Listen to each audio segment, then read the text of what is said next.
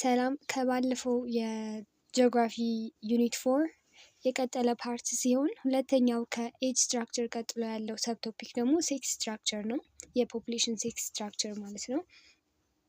The sex structure of a population is shown by its sex ratio, which is the ratio of male population to female population. ይህንን የጾታ ሬሽዮ ማወቅ የምንችለው እንዴት ነው? የወንዶች ጠቅላላ ቁጥር ሲካፈል ለሴቶች ሲባዛ በመቶ በማድረግ በአጠቃላይ የወንዶች ቁጥር እና የሴቶች ቁጥር ሬሽዮ ማለት ነው። Sex ratio is usually expressed as the number of males per 100 females in a population. በአንድ ፖፑሌሽን ውስጥ ካሉ 100 ሴቶች መካከል ምን ያህል ወንዶች አሉ የሚል ሬሽዮ ነው የሚሰራልን። A ratio greater than 100 shows a greater number called an excess of male than female. ማለት አሁን በዚህ ፎርሙላ ተጠቅመን ሜል ኦቨር ፊሜል ሲባዛ በመቶ አድርገን የሚመጣለን ውጤት ከመቶ በላይ ከሆነ የወንዶች ቁጥር ከሴቶች በጣም ይበልጣል። በጣም ቢሆንም ባይሆንም ይበልጣል ማለት ነው። ነገር ግን ያው ከመቶ ቀነስ ያለ ወደታች ከሆነ የወንዶች ቁጥር ያንሳል ማለት ነው። እኩል ከሆነ ደግሞ እኩል ቁጥር አለ በወንዶችና በሴቶች መካከል ማለት ነው። ስለዚህ ፎርሙላው እንዳትረሱት። ሴክስ ሬሽዮ እኩል ይሆናል የወንዶች የህዝብ ቁጥር ሲካፈል የሴቶች ቁጥር ሲባዛ በመቶ ነው። The sex ratio of Ethiopian population increased from 99.4 in 1984 to 101.3 in 1994 and to 101.9 in 2007. በሶስቱም የህዝብ ቆጠራ ላይ እንደተመዘገበው ከሆነ በ1984 የወንዶች ፖፑሌሽን ከመቶ ሴቶች 99.4 ነበረ። በ1994 በተካሄደው ቆጠራ ላይ ደግሞ 101.3 ወንዶች ነበሩ። ኤክሰስ ሆነ ማለት ነው። በ2007 ላይ 101.9 ወንዶች ነበሩ ማለት ነው። ስለዚህ ኤክሰስ ያልነበረው በመጀመሪያው በ84 ቆጠራ ብቻ ነበረ። The low sex ratio during the 1980s appeared to be due to political unrest and civil war. ለምንድን ነው በ1984 የተመዘገበው የወንዶች ቁጥር አነስተኛ የሆነው ሲባል በዛን ጊዜ በጣም አለመረጋጋት፣ የእርስ በርስ ጦርነቶች ስለነበሩ በዛ ደግሞ ያኔ ብዙዎቹ ወታደሮች ወንዶች ነበሩ። ስለዚህ የመሞት ቻንስ የመፈናቀል ምንድነው የመሞት ቻንስ ነበራቸው። ይሞቱ ነበር። During those years, a large number of male population were killed or forced to migrate to other countries to escape being killed or forcibly conscripted into military. አሁን ቀደም እንዳልኩት ማለት ነው። በዛን ጊዜ ወንዶች ይገደሉ ነበረ፣ ከሀገራቸው እንዲወጡ ይገደዱ ነበረ፣ በግድ ይገደላሉ ወይ ደግሞ ፎርስፉሊ ወደ ሚሊቴሪ እንዲገቡ ይደረጋል። ስለዚህ ዞሮ ዞሮ በጦርነት ይሞታሉ ማለት ነው። ቦክስ ላይ የአርባን የኔሽን የሩራል አለ። እሱን ተመልከቱት። በሶስቱም የህዝብ ቆጠራ ላይ የነበረው የሴክስ ሬሽዮ የሚያሳይ ነው። As you can see in the table 4.3 above, Ethiopian sex ratio vary between rural and urban areas. Furthermore, rural ratios are higher. ማለትም በገጠርና በከተማ ያለው የጾታ ሬሽዮ ራሱ እኩል አይደለም። በገጠር ያለው ብዙ ወንዶች አሉበት። So the table also shows that 1984 census showed Ethiopian national sex ratio to be 99.4, which means there are about 99 males for every 100 females. ለእያንዳንዱ 100 ሴቶች 99 ሜሎች አሉ ማለት ነው። And the respective figure for the rural and urban population was 100.9 and 86.8. በሩራል እና በአርባን ስንመለከተው ደግሞ በገጠር 100 ሴቶች ለ100 ወንዶች ነበር፣ እኩል ነው። በከተማ ሲመጣ ግን 86 ለ100 ነው። አሁን እዚህ ጋር የምናየው ምንድነው? በከተማ የወንዶች ቁጥር አናሳ ነው። The 1994 census indicates that the national sex ratio had increased to 101.3. በ1994 በተካሄደው ቆጠራ ላይ ደግሞ ሴክስ ሬሽዮ 101.3 ነበረ። The respective figure for the rural and urban populations are 102.6 and 93.3. እና ይህንን 101.3 ሴክስ ሬሽዮ በገጠርና በከተማ ስንመለከተው ደግሞ እንዲህ ነው። በገጠሩ 102 ወንዶች ነበሩ። ከመቶ ሴቶች 102 ወንዶች ለመቶ ሴቶች 102 ወንዶች አሉ ማለት ኤክሰስ ወንድ አለ በገጠሩ ማለት ነው። ወደ ከተማው ስንመጣ ደግሞ 93.3 ሪሌቲቭሊ የከተማው ሎው ነው አሁን። The 2007 census shows Ethiopia's national sex ratio is 101.9 and that one of the rural and urban are 102.5 and 98.8 respectively. በ2007 ደግሞ ሬሽዮ 101.9 ነበረ በገጠርና በከተማ ሲከፋፈል። አሁንም በገጠር ኤክሰስ ነበረ 102 ወንዶች ነበሩ ከመቶ ሴቶች እና 98.8 ደግሞ ወንዶች ናቸው። አሁን በከተማ ያለው አደገ 98 ደረሰ። ግን ያው ሪሌቲቭሊ አሁንም በከተማ ያለው ነው። So the sex ratio in Ethiopia are generally low for the urban areas and higher for the rural areas. This primarily due to a large number of female migrants to urban areas. ጀነራላይዝ ስናደርገው ከላይ እንደተመለከትነው በገጠር ውስጥ ብዙ ወንዶች አሉ ከከተማ ውስጥ ከሚኖሩት። ይሄ ደግሞ ሪዛልት የሚያደርገው ገጠር ውስጥ ያሉት ሴቶች ወደ ከተማ ማይግሬት የማድረግ ትልቅ እንትን አለ፣ ራፒድ የሆነ ማይግሬሽን አለ። በብዙ አማካኝነት ወደ ከተማው ይፈልሳሉ ሴቶች ማለት ነው። Sex ratio in Ethiopia also varies with age. As you know, male predominant among newborns and very young. However, these numbers lessen as the age increases. ምንድን ነው የሚለው የጾታ ሬሽዮ በእድሜ አማካኝነትም ይለያያል፣ እንደ እድሜው ይለያያል። ለምሳሌ በጣም ብዙ ወንዶች የሚኖሩበት የእድሜ ክልል የቱ ጋ ነው? ህጻናት፣ ገና የተወለዱ ህጻናት እና በጣም ያንግ የሆኑ እስከሚያድጉ ወጣት እስኪሆኑ እስከ 25 ባለው ኤጅ ነው። ከዛ እድሜው በጣም እየጨመረ በሄደ ቁጥር ግን የወንዶች ቁጥር እየቀነሰ ይሄዳል። በተለያየ አማካኝነት ሊሞቱ፣ በጦርነት ቅድም በጠቀስናቸው የተለያዩ ነገሮች አማካኝነት ቁጥራቸው እየቀነሰ ይመጣል ማለት ነው። Hence, sex ratios are high for a young age groups and low for the adult and old age group. በኤጅ ስንከፋፍለው ለያንግ ኤጅ ያው ሴክስ ሬሽዮ ማለት ትልቅ ቁጥር ካለው የወንዶች ቁጥር በጣም ይበዛል ማለት አይደለ? ስለዚህ ሃይ ነው ማለት ነው። ሎ አደልት ላይ ሲሆን ደግሞ እየቀነሰ ይሄዳል፣ 40 30 ምናምን እየቀነሰ ይሄዳል። ኦልድ ኤጅ ግሩፕ ላይም ሎ ይሆናል። በቃ እዛ ላይማ በጣም ያንሳል። However, in rural areas, this pattern does not hold for a later age group. በገጠሩም ስንመለከተው ይሄ የወንዶች ብዙ ቁጥር አላቸው ብለናል አይደል? ፈርቲሊቲ ላይ ምናምን መጀመሪያ ብዙ ወንዶች ናቸው የሚወለዱት። ነገር ግን ይሄ ብዛታቸው እስከ መጨረሻው ድረስ አይቀጥልም፣ እንደ ይዘውት አይቆዩም፣ ይሞታሉ ማለት ነው። In the country, the situation of more male than female newborns account for the normal high sex ratio in the young age group. ታዲያ እንዴት ነው ሀገሪቱ ጠቅላላ ስትታይ ሪዛልቱ ሲታይ ፕሮፖርሽናል የሆነ ሜል እና ፊሜል ነው ያላት። ይሄ የሆነው ምክንያት ደግሞ በርዝ ላይ ብዙ ወንዶች አሉ። ስለዚህ በጣም ብዙ ወንዶች ይወለዳሉ ከሴቶቹ ይልቅ፣ ሴቶቹ አነስ ይላል ከወንዶቹ። ሲያድጉ ደግሞ ወንዶቹ ምንድነው ቁጥራቸው እየቀነሰ በሞት ወይም በስደት እየቀነሰ ይሄዳል። ይሄ ምን ያደርገዋል? የወንድና የሴቱን ፖፕሌሽን ሬሽዮ ምንድነው የሴክስ ሬሽዮ ያመጣጥነዋል ማለት ነው። የወንዶቹ ብዙ ሆኖ መወለድ፣ ከዛ ደግሞ የወንዶቹ ፖፕሌሽን እየቀነሰ ሄድና ከሴቶቹ ጋር ተመጣጣኝ ይሆናል። So then the usual situation of high mortality among male than female children narrow the gap which gives the normal drop in sex ratio. አሁን የተናገርኩት ነገር ነው። በኋላ ላይ እየሞቱ ሲሄዱ ኖርማል የሆነ ሴክስ ሬሽዮ ይፈጠራል ማለት ነው። So by the time these children reach their 20s and 30s, the ratio is below 100. እድሜያቸው በጣም በጨመረ ቁጥር ደግሞ መመጣጠኑ ይቀርና የወንዶች ያንሳል፣ ከመቶ እያነሰ ይሄዳል። However, in their later age group, this trend and with it the normal development of population sex pattern is revised.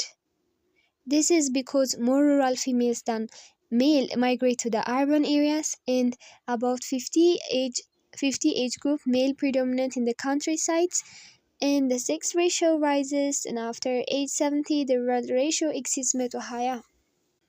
ከዛ ግን አንዴ አሁን ሪከርድ ከተደረገው በኋላ ሁሉም ነገር ሪቫይዝ መደረግ አለበት። ሁሉም ነገር የሴክስ ሬሽዮ በገጠሩ በከተማ የወንዱ የሴቱ ሪቫይዝ መደረግ አለበት። ለምን ቢባል አንዴ ካደጉና ከ20 ከበለጡ በኋላ የሆኑ አክሽኖች መካሄድ ይጀምራሉ። ለምሳሌ በገጠር የሚኖሩ ሰዎች አብዛኞቹ ወደ ከተማ ሴቶች አብዛኞቹ ወደ ከተማ ይፈልሳሉ። ሌላ ከ50 ኤጅ ግሩፕ በላይ ደግሞ እዛ አካባቢ የሚገኙት ወንዶች ደግሞ በገጠሩ አካባቢ ሪሳይድ ማድረግ ይፈልጋሉ፣ መኖር ይፈልጋሉ።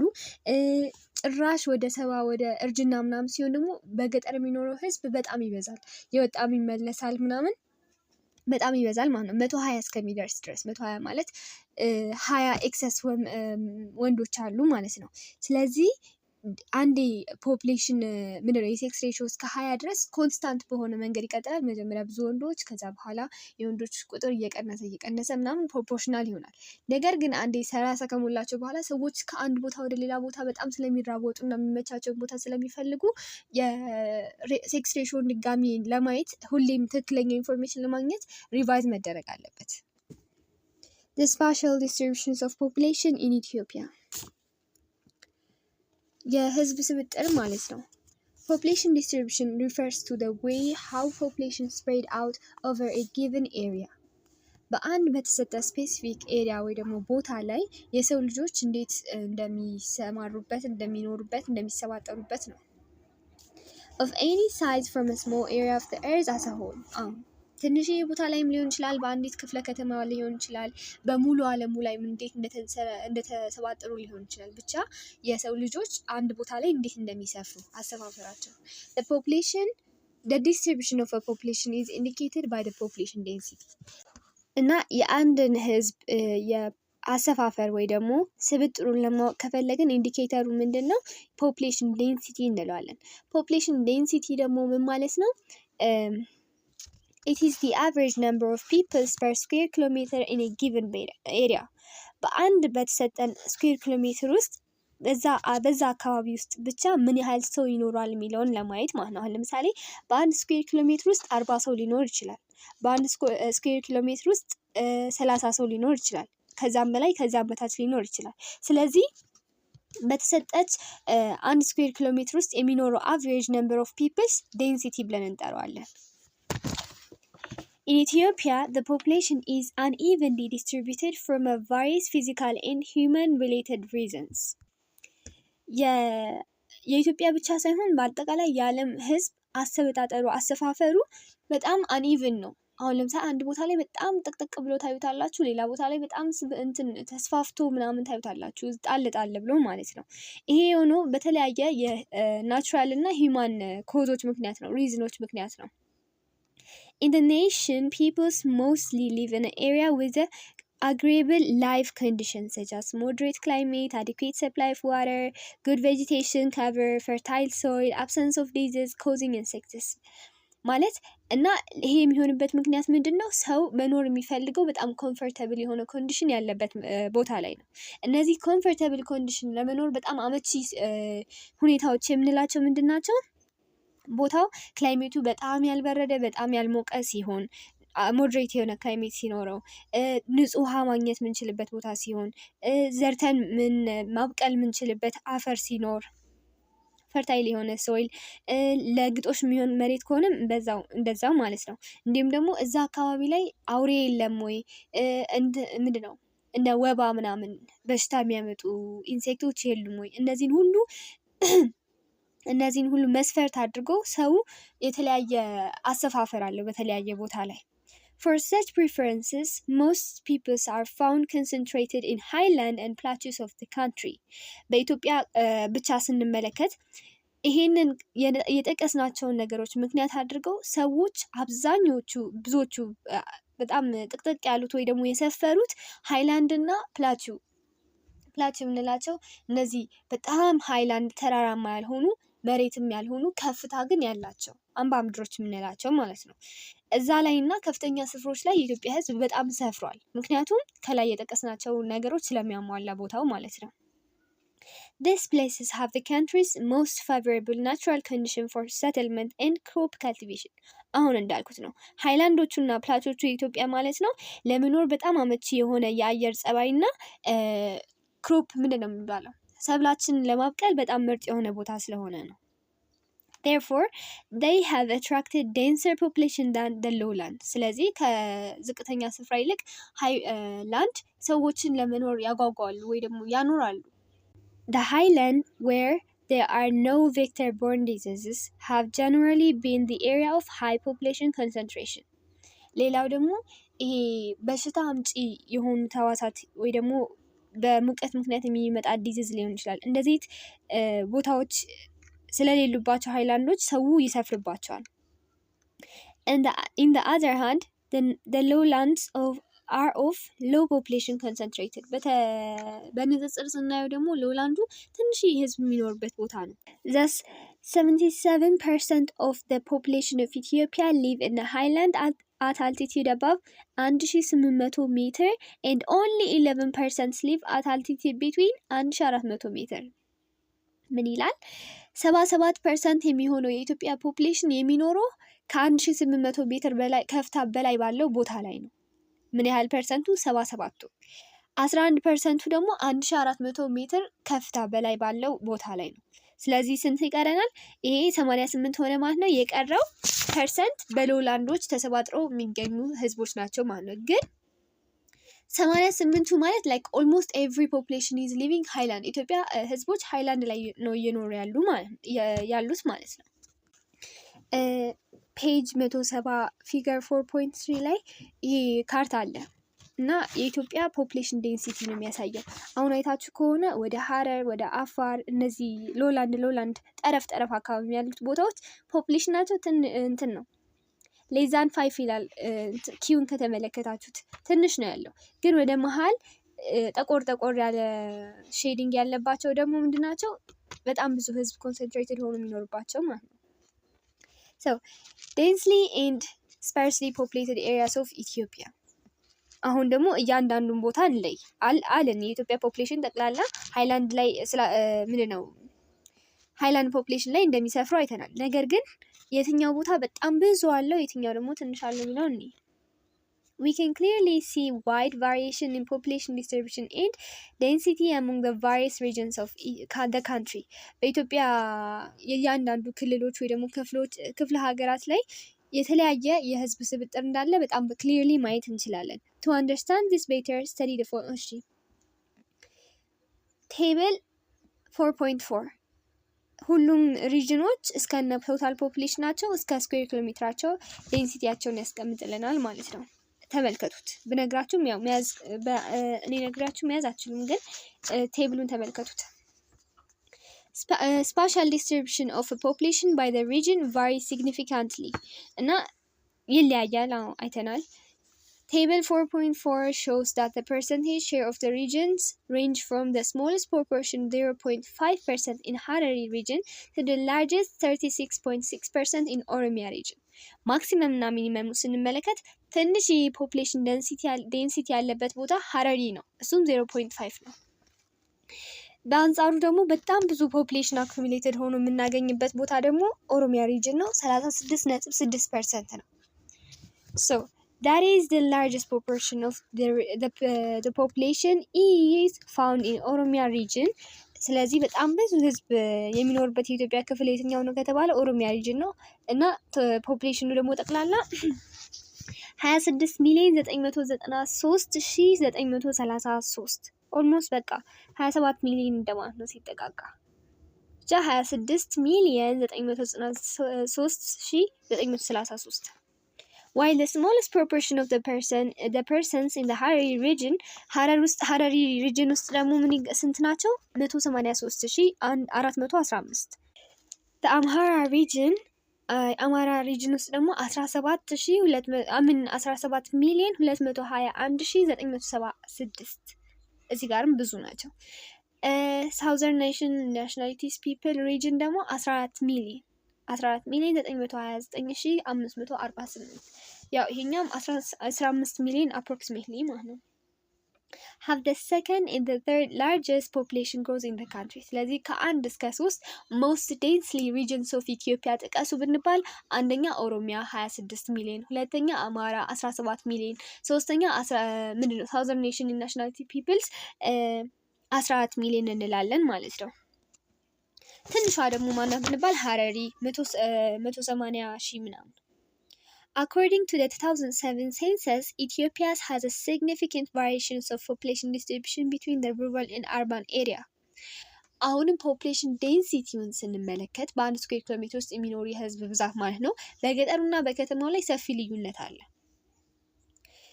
At the national level, 83.9% of the total population lives in a rural place. በቁጥር አማካኝነት 83.9 የሚሆነው ህዝብ የሚገኘው ገጠር ውስጥ ነው እና while the urban population account only 16.1 አርባን ውስጥ ምንድነው ከተማ ውስጥ የሚኖር ደግሞ 16.1% ብቻ ነው። In terms of density of a population, Addis Ababa, Dreddawa, Harari region have exceptionally different and much heavier population densities than the rest of the nation. ነገር ግን በህዝብ ምንድነው ይሄ በዴንሲቲው በአንድ ኪሎ ሜትር ውስጥ ምን ያህል ሰው ይኖራል በሚለው መስፈርት ማለት ነው እነዚህ ከተሞች አዲስ አበባ፣ ድሬዳዋ እና ሀረሪ ሪጅን በጣም ብዙ ህዝብ ተሰግስጎ የሚኖርባቸው ከተማዎች ናቸው ከሌሎቹ ኤክሰፕሽናሊ ማለት ነው። So this is because they are urban dominated regions with a higher population concentration in a very small geographical areas. ምክንያቱም እነዚህ ከተሞች የሀገሪቱ ሰለጠኑ የሚባሉት ቦታዎች እነዚህ ናቸው።